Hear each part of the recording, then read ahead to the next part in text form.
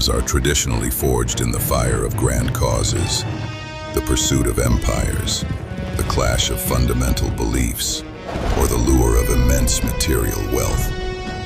Yet, in the annals of history, few conflicts possess an origin as utterly ridiculous or as precariously dangerous as the events that unfolded in the remote Pacific Northwest during the summer of 1859. On one side stood the powerful British Empire, mistress of the seas.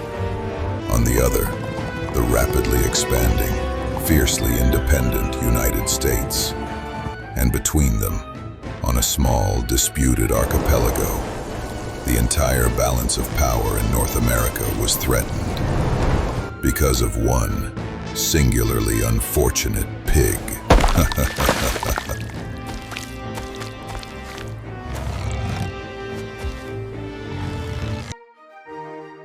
The trouble began 13 years earlier, in 1846, with the signing of the Oregon Treaty. The border was to run through the middle of the channel, separating the mainland from Vancouver Island. The British claimed this meant the Rosario Strait. The Americans argued, with equal conviction, that the line should follow the Haro Strait. It was an accident waiting for a catalyst.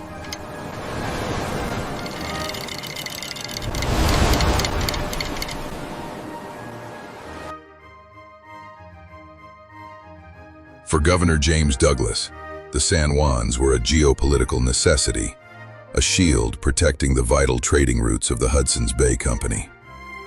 To stake Britain's claim, Douglas established a substantial sheep ranch. However, by the late 1850s, the irresistible tide of American expansionism, fueled by manifest destiny, was washing across the border. Among the first settlers was Lyman Cutler, a man determined to carve out his slice of the American dream.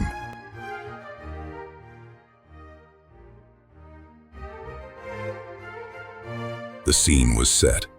Imperial ownership versus expansionist entitlement, sharing a single small patch of earth. On the morning of June 15, 1859, the abstract dispute became brutally tangible.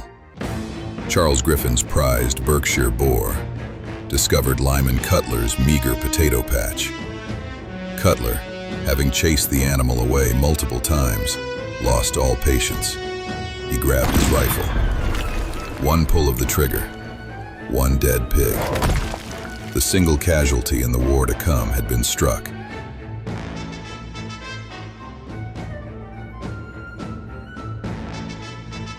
Their plea landed on the desk of General William S. Harney.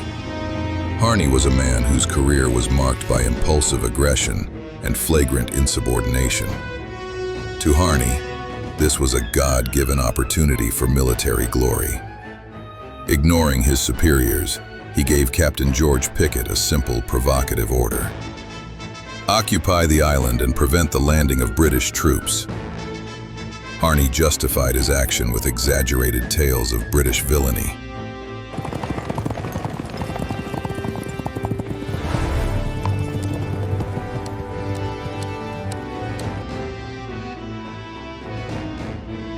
Douglas's response was immediate and assertive.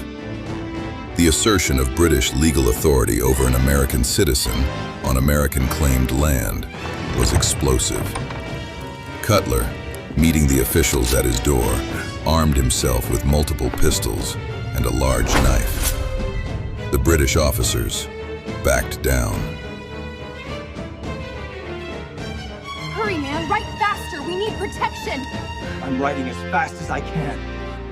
The American settlers, now genuinely alarmed by the threat of arrest, appealed desperately to the nearest U.S. military post for protection.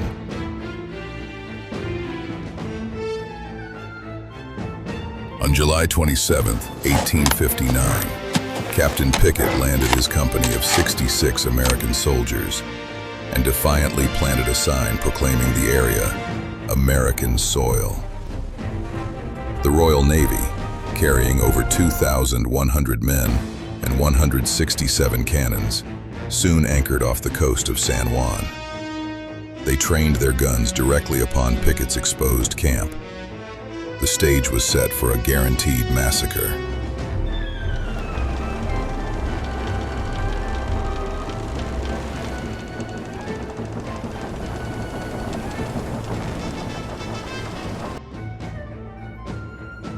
Douglas issued the final fateful order to Captain Hornby.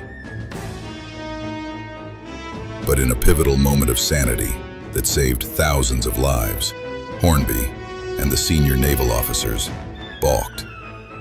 To obey Douglas was to start a world war over a pig. Hornby made the difficult, life-saving decision to disobey. The subsequent arrival of Rear Admiral Baines instantly canceled all orders to fire.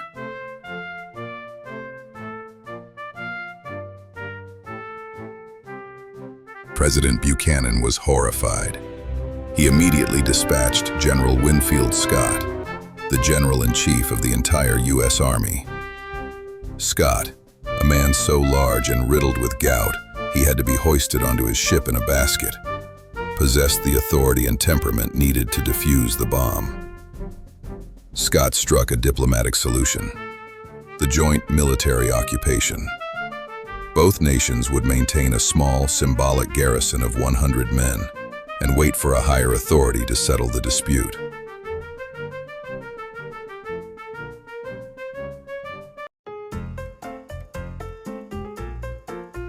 And so, for the next 12 years, the two garrisons lived side by side.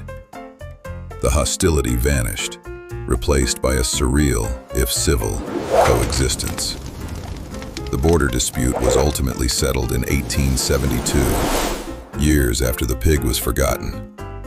The two nations submitted the matter to the binding arbitration of an impartial authority, Kaiser Wilhelm I of the German Empire.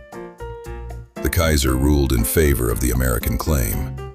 As one final, wry gesture of defiance, they took their flagpole with them.